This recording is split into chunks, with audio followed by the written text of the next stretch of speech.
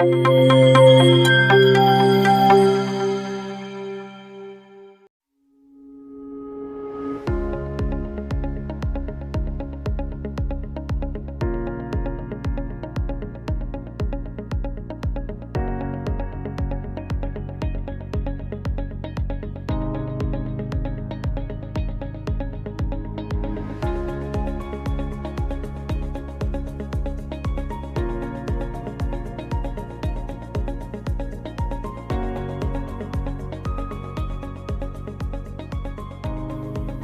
guys, so I am back with my computer and today we are going to learn about try except block in Python. So we are going to learn how we can exceptionally handle our errors. So open Visual Studio Code as usual. So I have this code from my previous video. If you haven't watched it yet, then you can find the link in the I button now, and if you haven't accessed my Python programming playlist, then you can find the link in the description below. So with that said, let us continue with try except. So basically, what is try except? If I have something, you can say if I have some code where I am having an issue, there may be an issue, there may be an error. That code may return something which is something that I don't want. Okay, so maybe there is a program which will return me some error regarding my syntax or something, but I don't want that. Okay, if I want to handle that error, then what I can do is I can use try except block. So first of all, how we define that block? We use try, then a colon. Okay, so try a colon, then we do, let's say, print I am programming with Vedant. Okay, so we have this print I am programming with Vedant in this try block. Now we have except block, where we will pass what if this code returns an error, or what if this code is not able to execute properly, then what will happen. So here let me say print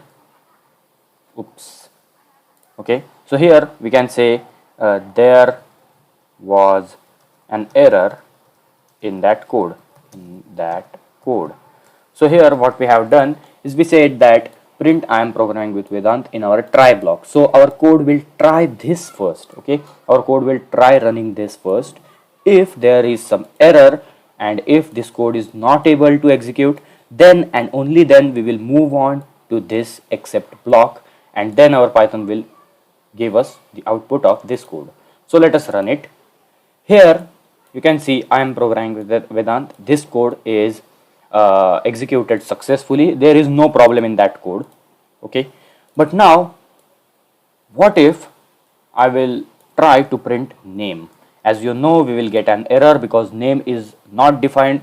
Our Python will say, what is name? I don't know what name is, because name is not defined anywhere here. And be careful, this is not a string, this is a variable named name, and I have passed it in this print function.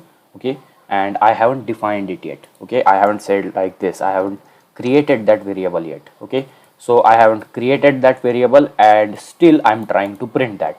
Now as you know, we will get an error at this line. Okay, or Python will say that name is not defined. So let me just comment out this code and let me show it to you. If I will try to print this name normally, so if I will try to print this name normally, here you can see name error, name is not defined. Okay, so this name is not defined currently.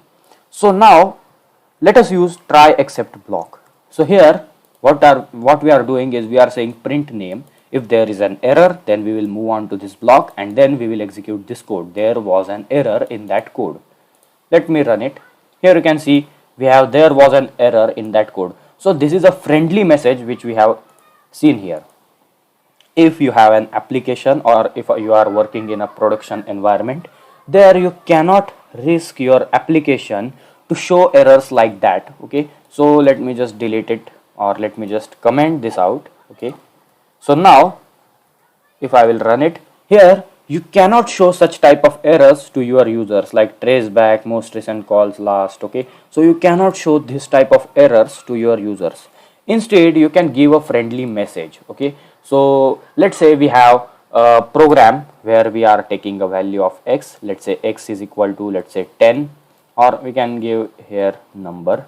Okay, so we have number equal to 10. We are checking if this number, okay, if this number is greater than, let's say 0, okay, then we will say print number is greater than 0, right? So we are checking this. If or else if that number is not greater than 0, we will simply print that number is not greater than 0, or number is smaller than 0. Okay, 0. Okay, and if this number is equal to 0, let me just use that as well. So if elif number is equal to 0, if this number is equal to 0, we will simply print that number is 0.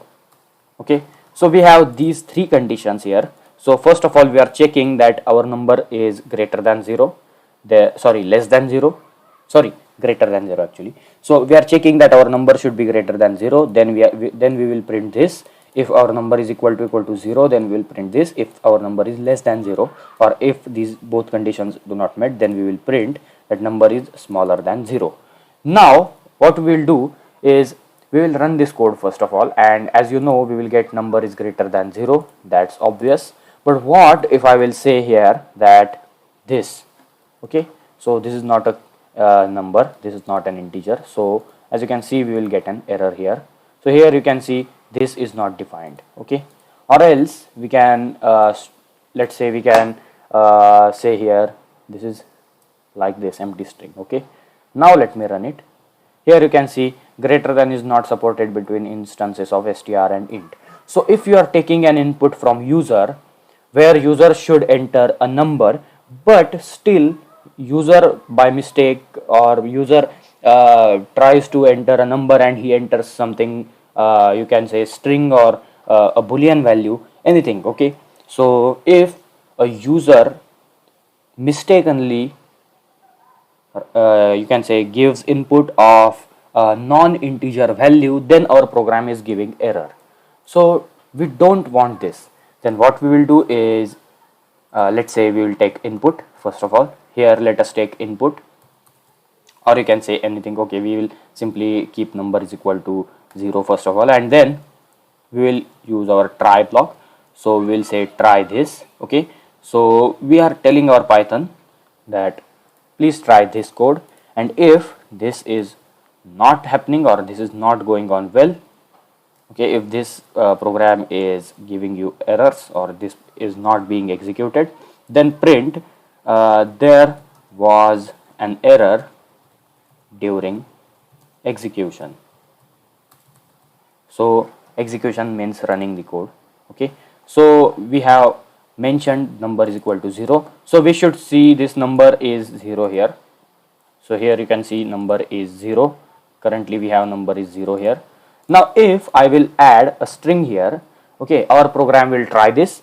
If this is giving an error, yes, it will give an error, then our program will say this, because our program is trying this, and then our program is not able to execute this, and that's why it will move on to this print function. So here you can see there was an error during execution. So that's how you can basically raise, or you can basically give friendly messages on errors to your users. Okay, so this was about try and accept. Now what if I want to give some errors like value error? Okay, here currently I am not basically giving what type of error it is. Okay, so for that we will simply use raise. Okay, this raise is a keyword which will raise an error. And which error do we want? We want value error in this case. Now let us run it. Now here you can see we have value error. There was an error during the execution. Okay, and we still see this error because this exception is also being printed. So what we can do now, okay, so now if I want to print this E here, okay, except of raising any error, if I want to print this E, what I can do is I can simply print this E now, because we are storing the exception. Okay, so the code which this except block will return in this E, and that's why we can print this E as well. So here you can see we have this error which we can see. This is not supported between instances, so that's how you can raise errors, okay, as well. And now we'll move on to the next line where our finally blocks comes into action. So let's say try print x. Okay, so this will give an error because x is not defined, except print there was error, and finally, okay, finally we will say that print, finally we will print that try block and, okay, or try except block executed successfully. So here what we are doing is we are saying print x, so our x is not defined, so this will give an error. We will see there was an error, and then we will see this try except block executed successfully. And why is that? Because finally block will execute in any case whether your try block is returning an error or not. If your try block executed successfully, still you will see this. If your try block is not executed successfully, still you will see this. So finally block is going to run in any cases. Okay, so let me run it now. Here you can see there was an error, which is the output of this except, and try except block executed successfully, which is output of this finally. Okay, finally block. Now let's say in try except, if I will pass, let's say hi. Okay, so now this code is going to work, and that's why this is not going to work, because if this code is not returning any errors, then this will not basically execute, and this will execute still. This will still execute because finally block executes in any condition, as you know. So unexpected indent. Okay, so there is some error in my code. Let me just check that out. Okay, now let me run it. Okay, so now here you can see hi, which is this, and try except block executed successfully, which is the output of this finally block. And what was the error that I just faced? When you select some code and then when you try to run it, then you can find that you will run that specific code. So if you will select this line and then if you will run it, then here you can see the error, because in VS Code it will try to run the selected code only. So if I will select this only, okay, and then if I will try to run it, here you can see invalid syntax because there is no try block, and then how you can define except block directly. So that's how you can use your try except and finally block. So with that said, we have learned about try except and finally block. So that was it for today, guys, and thank you for watching this video, and I will see you in the next video.